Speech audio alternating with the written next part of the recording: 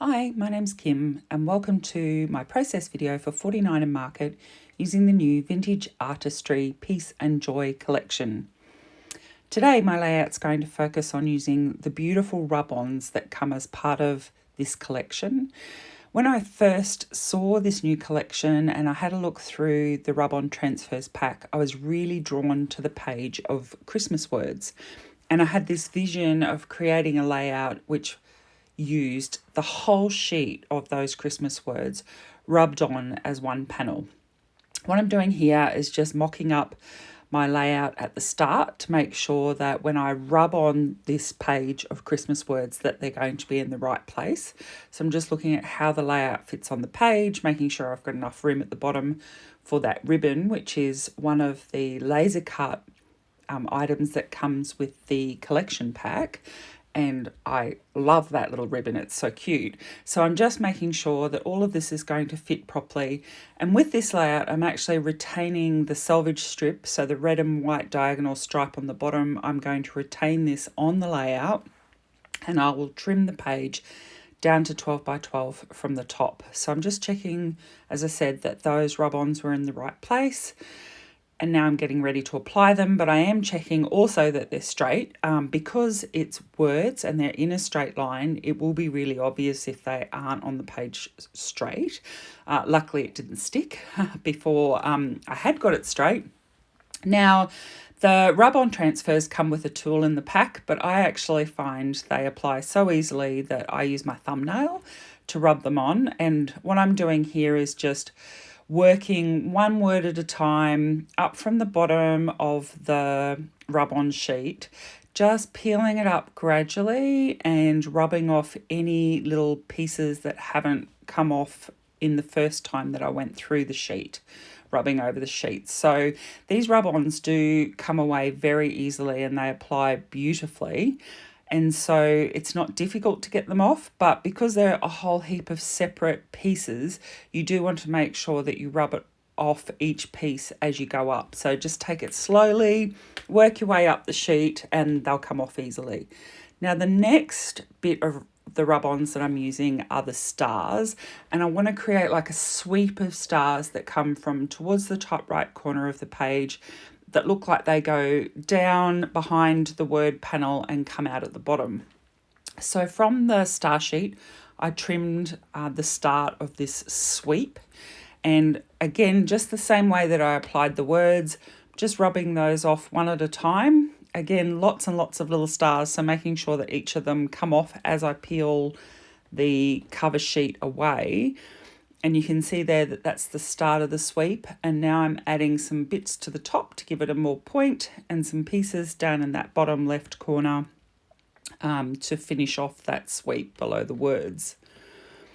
And that's where I'm going to stick my photos. So those photos are of my husband and his surprise Christmas present. He actually got a new road bike, which he'd been eyeing up from our local bike shop. I went and spoke to the owner of the bike shop and had it secretly delivered on Christmas Eve, and it was hidden in my office, and I actually wrapped a box of chocolate coated almonds and put a note in them to go to my office and put that under the tree. And that's the first photo of my husband with his box of almonds. He opened that, it said to go to my office, and in my office, which is also my scrap space, so I work from home, and it's my scrap space, and there was his bike, so he was very excited.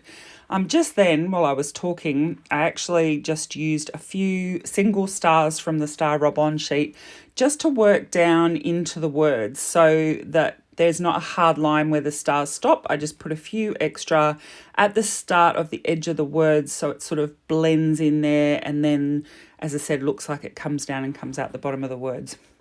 I'm using some foam craft sheet. So this is just kitty foam actually that I'm using here just to give some lift. I like foam because it's lightweight, doesn't create too much weight in your layouts. So it just lifts the photo up off the page just to give it a bit of dimension. And I have stuck a tag, which I actually cut the bottom of it off because you never know if I might be able to use it again on another layout, and a frame the green stripy frame, and they are from the ephemera bits. So they're from the Peace and Joy ephemera bits. And I distress the edges of those. Now I'm just looking for a few more pieces to add up the top here. So I have a little word phrase which I've stuck on the tab of the frame. So the frame is from the laser cuts. In the collection pack, I've put a little good cheer word phrase on the tab of the frame.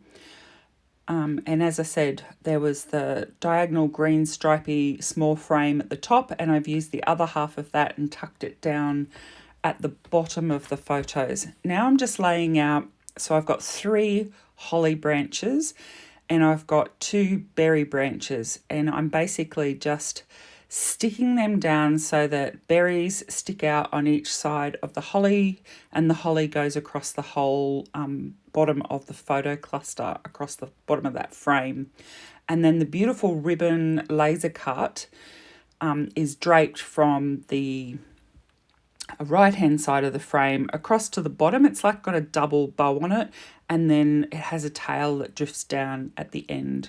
Now I'm adding a few more tabs at the top of the photo here, one that says Dear Santa, and another one that's just blank, which I'm actually going to stamp the year on. Obviously I don't need the date because it's Christmas morning, but I want to put the year on that tab.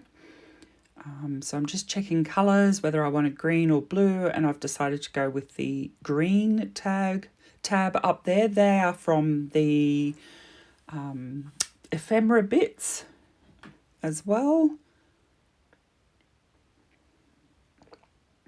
Now I'm just gluing those down, making sure they're firmly stuck.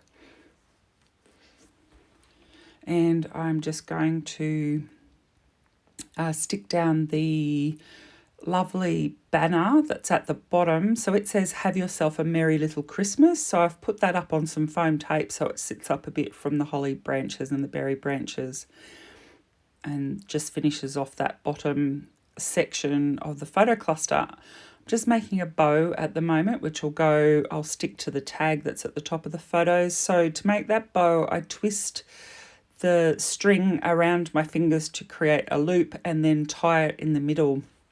So that gives me a multi-loop bow, so it's not tied in a traditional way for a bow or anything.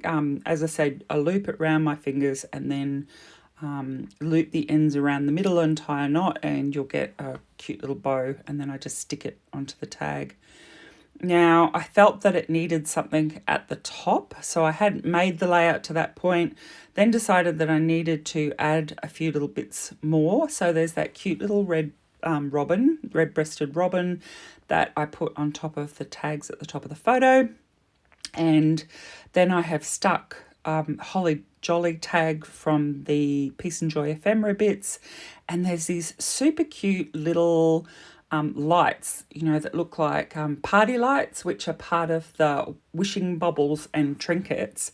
And I have stuck those below the Holly and Jolly title, and then hand drawn in a string so it looks like they're hanging below that title. And then there is another one of the little epoxy hearts, which is also from the wishing bubbles and trinkets. And that's my layout done. This is some detail shots. Thank you so much for joining us today, and I look forward to seeing you on YouTube again soon.